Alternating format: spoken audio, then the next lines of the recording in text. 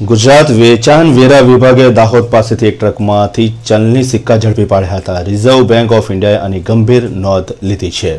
RBI અમદાવાદના Naranpura police મથકમાં ફરિયાદ નોંધાવતા પોલીસે અમદાવાદના રવિ ગુપ્તા તેમજ છત્તીસગઢના રાયપુરામાં રહેતા જીતેન્દ્ર રામચંદ્રની ધરપકડ કરી હતી। વેચાણ વેરા વિભાગે 72 થેલામાંથી 7 લાખ રૂપિયાની કિંમતના ચલણી સિક્કા કબજે લઈને પૂછતાછ શરૂ કરી છે। જેમાં ચલણી સિક્કા ગુજરાતથી મધ્યપ્રદેશ લઈ જવાતા હતા અને 72 થેલામાં નટ બોલ્ટ હોવાની ખોટી બિલ્ટી બનાવી હતી। જો કે વેચાણ વેરા વિભાગે કૌભાંડ પકડી પાડતા પોલીસે ચલણી સિક્કા કયા હેતુથી લઈ જવામાં આવ્યા હતા તે બાબતે બંનેની પૂછતાછ શરૂ કરી છે। પોલીસે કબજે લીધેલા રૂપિયા 1, 2 અને 5ના સિક્કાને ઓગાળીને કૌભાંડીઓ 12 થી 15 રૂપિયાની કિંમતનું નિકલ ધાતુ મેળવતા હતા।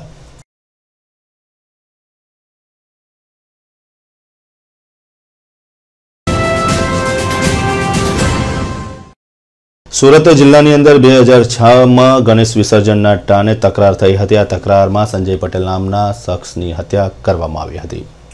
જે બનાવનો કેસ સુરત જિલ્લા ન્યાયાલયમાં ચાલી જતા અદાલતે મુકેશ પટેલ, હરીશ પટેલ તેમજ હિતેન્દ્ર પટેલને હત્યાના ગુનામાં સબબ આજીવન કેદની સજા ફટકારી છે। આ ત્રણેય સંજય પટેલ ઉપર ચાકુના ઉપરા છાપરી 20 જેટલા ઘા મારીને ઘાતકી હત્યા કરી હતી।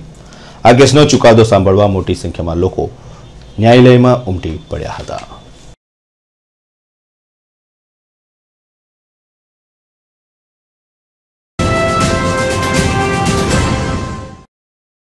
રાજકોટ શહેરની પ્રદ્યુમન નગર પોલીસે 42 લાખ રૂપિયાની ઉચાપતમાં ઉદ્યોગ કચેરી ખાતાના કર્મચારીની ધરપકડ કરી છે।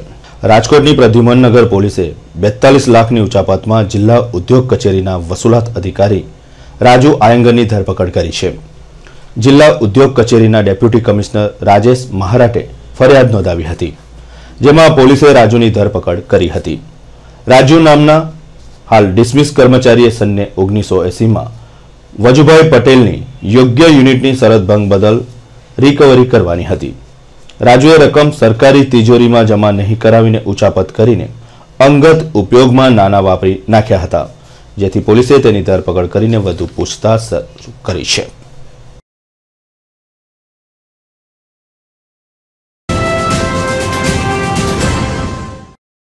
અમદાવાદમાં 2012ના વર્ષને વેલકમ કરવા માટે મોટી સંખ્યામાં લોકો જાહેર માર્ગ પર ઉમટ્યા હતા, પરંતુ એક યુવક માટે આ ઉજવણી પ્રાણઘાતક બની હતી। બાઇક ઉપર જતા બે મિત્રોને એક કાર ચાલકે ટક્કર મારતા ગૌરાંગ રાજુગુરુનું મોત નીપજ્યું હતું, જ્યારે તેના મિત્રને ગંભીર ઈજા થઈ હતી। આ કાર ચાલક યુવતીએ નશો કરેલી હાલતમાં ટક્કર મારી હોવાની ફરિયાદ નોંધાતા પોલીસે કાર નંબરના આધારે યુવતીની શોધખોળ શરૂ કરી છે।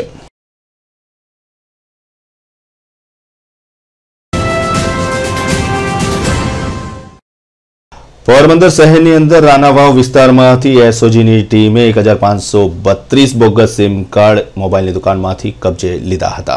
દુકાન માલિકે બોગસ દસ્તાવેજોના આધારે સિમ કાર્ડ મેળવીને વેચ્યા હોવાનું બહાર આવતા એસઓજીએ તમામ દસ્તાવેજો તથા સિમ કાર્ડ કબજે લઈને દુકાન માલિકની પૂછતાછ શરૂ કરી છે। આટલી મોટી સંખ્યામાં અને તે પણ એક જ દુકાનમાંથી સિમ કાર્ડ મળતા પોલીસ પણ અચંબામાં મુકાઈ ગઈ હતી।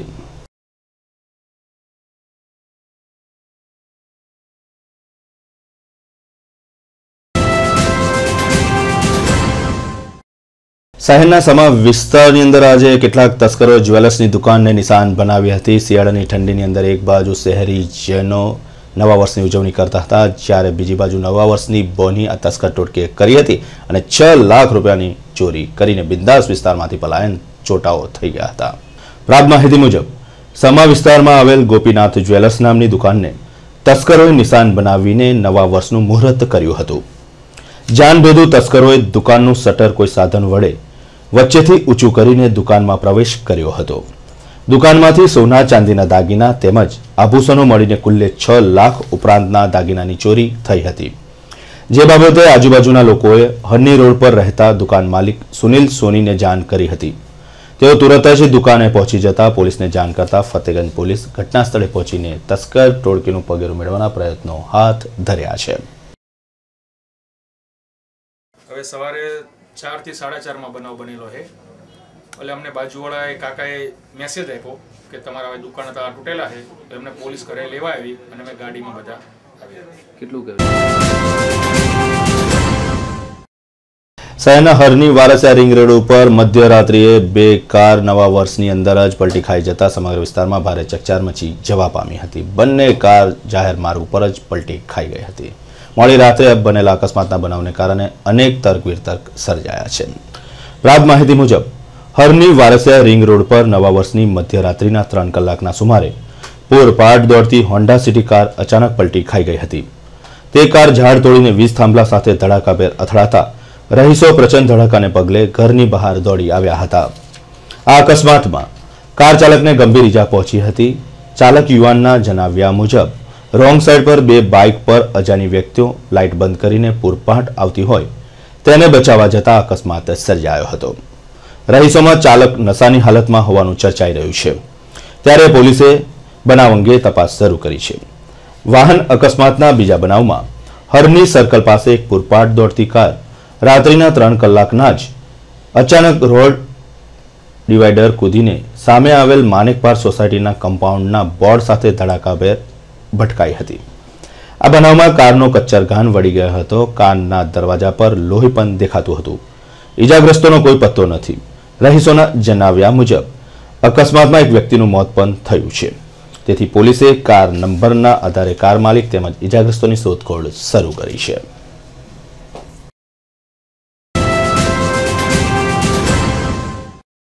શહેરના સમાજવાના માર્ગ ઉપર નવી બંધાતી ઇમારતના 8મા માળેથી એક શ્રમજીવી નીચે પટકાતા તેનું કરુણ મોત નીપજ્યું હતું.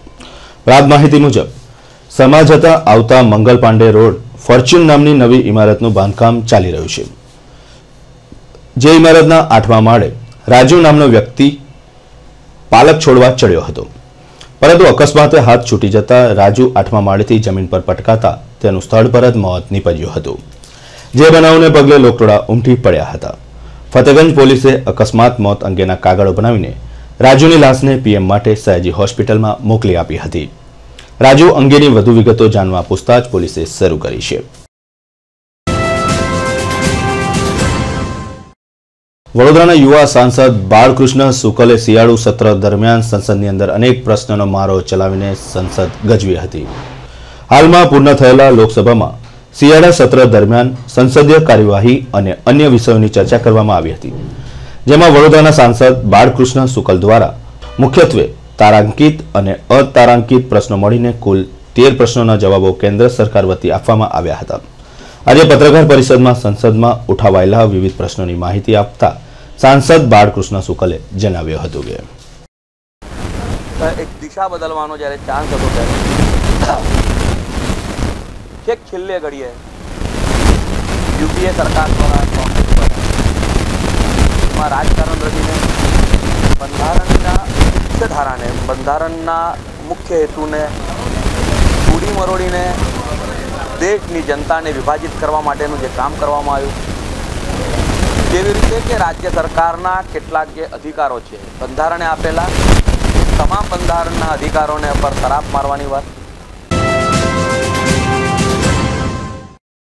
વડોદરા શહેરની અંદર ટ્રાફિકનું ભારણ ઘટાડવા અકસ્માતનું વંજાર અટકાવવા માટે ટ્રાફિક શાખા ફરી વખત મેદાનમાં આવી છે. જનજાગૃતિ કેળવવા માટે આજે ટ્રાફિક સપ્તાહ ઉજવવાનું નક્કી કરવામાં આવ્યું હતું અને આજે ટ્રાફિક શાખાની કચેરી ખાતેથી વિશાળ રેલીનું આયોજન પણ કરવામાં આવ્યું હતું. આ રેલી શહેરના વિવિધ રાજમાર્ગો પર ફરી હતી અને એક આગવું આકર્ષણ ઊભું કર્યું હતું. શહેરના પોલીસ કમિશનર સતીશ શર્માની હાજરીમાં ટ્રાફિક સપ્તાહનો આજે પ્રારંભ કરવામાં આવ્યો હતો. ટ્રાફિક વિભાગના જવાનોએ આજે વિશાળ ટ્રાફિક રેલી કાઢી હતી.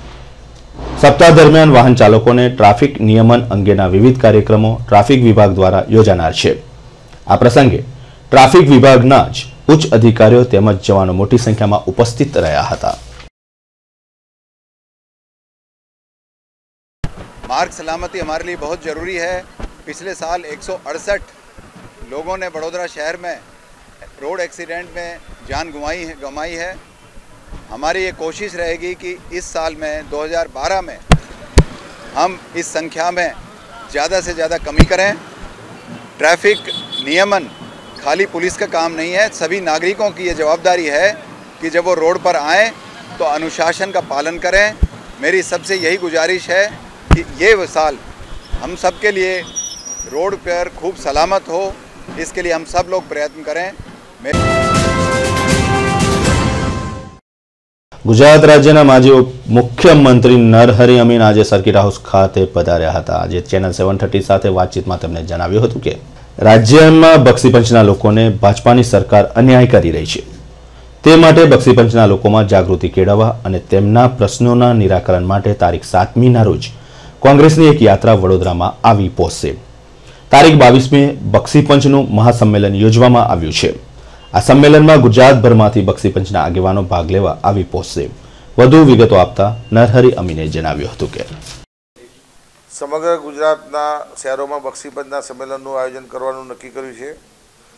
એના ભાગરૂપે 22મી તારીખે બપોરે 12:30 વાગે વડોદરા ખાતે બક્ષીપંચ સમાજનું મહાસંમેલનનું આયોજન કરવામાં આવ્યું છે।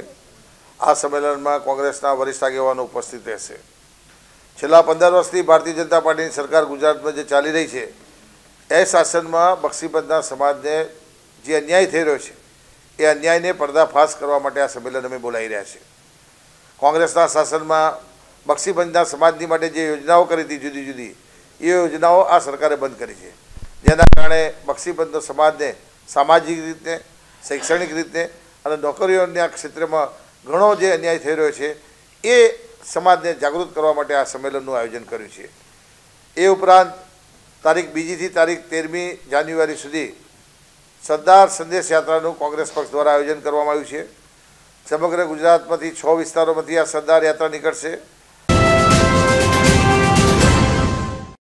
સાવલી ખાતે યોજાયેલી ગ્રામ પંચાયત ચૂંટણી મતગણતરી સાવલી તાલુકાની બીકે કોલેજ ખાતે હાથ ધરવામાં આવી હતી। મોટી સંખ્યામાં ગ્રામજનો ઉપસ્થિત રહ્યા હતા। જેમ જેમ પરિણામ જાહેર થયા તેમ તેમ ઉમેદવારોના વિજય સરઘસ ઢોલ ત્રાસા નગારાના તાલે નાચતા કાર્યકર્તાના સથવારે નીકળ્યા હતા। મત ગણતરી વેળાએ ભારે ઉત્તેજનાભર્યું વાતાવરણ જોવા મળ્યું હતું। વિજેતા ઉમેદવારોના ટેકેદારો ઢોલ નગારા અને ફટાકડા ફોડીને વિજયને મનાવ્યો હતો। આ પ્રસંગે પોલીસ વિભાગે ભારે બંદોબસ્ત જાળવી રાખ્યો હતો। રણછોડપુરા પંચાયતમાં સરપંચના ઉમેદવારના સરખા મત નીકળતા ચિઠ્ઠી ઉછાળવામાં આવી હતી, જ્યારે મંજુસર પંચાયતમાં સરપંચના ઉમેદવાર નૈનાબેન વાઘેલા 1241 મતથી વિજયી થયા હતા। જ્યારે સાવલી મુખ્ય માર્ગ ઉપર મતગણતરીના દિવસે ટ્રાફિક જામના દ્રશ્યો પણ જોવા મળ્યા હતા।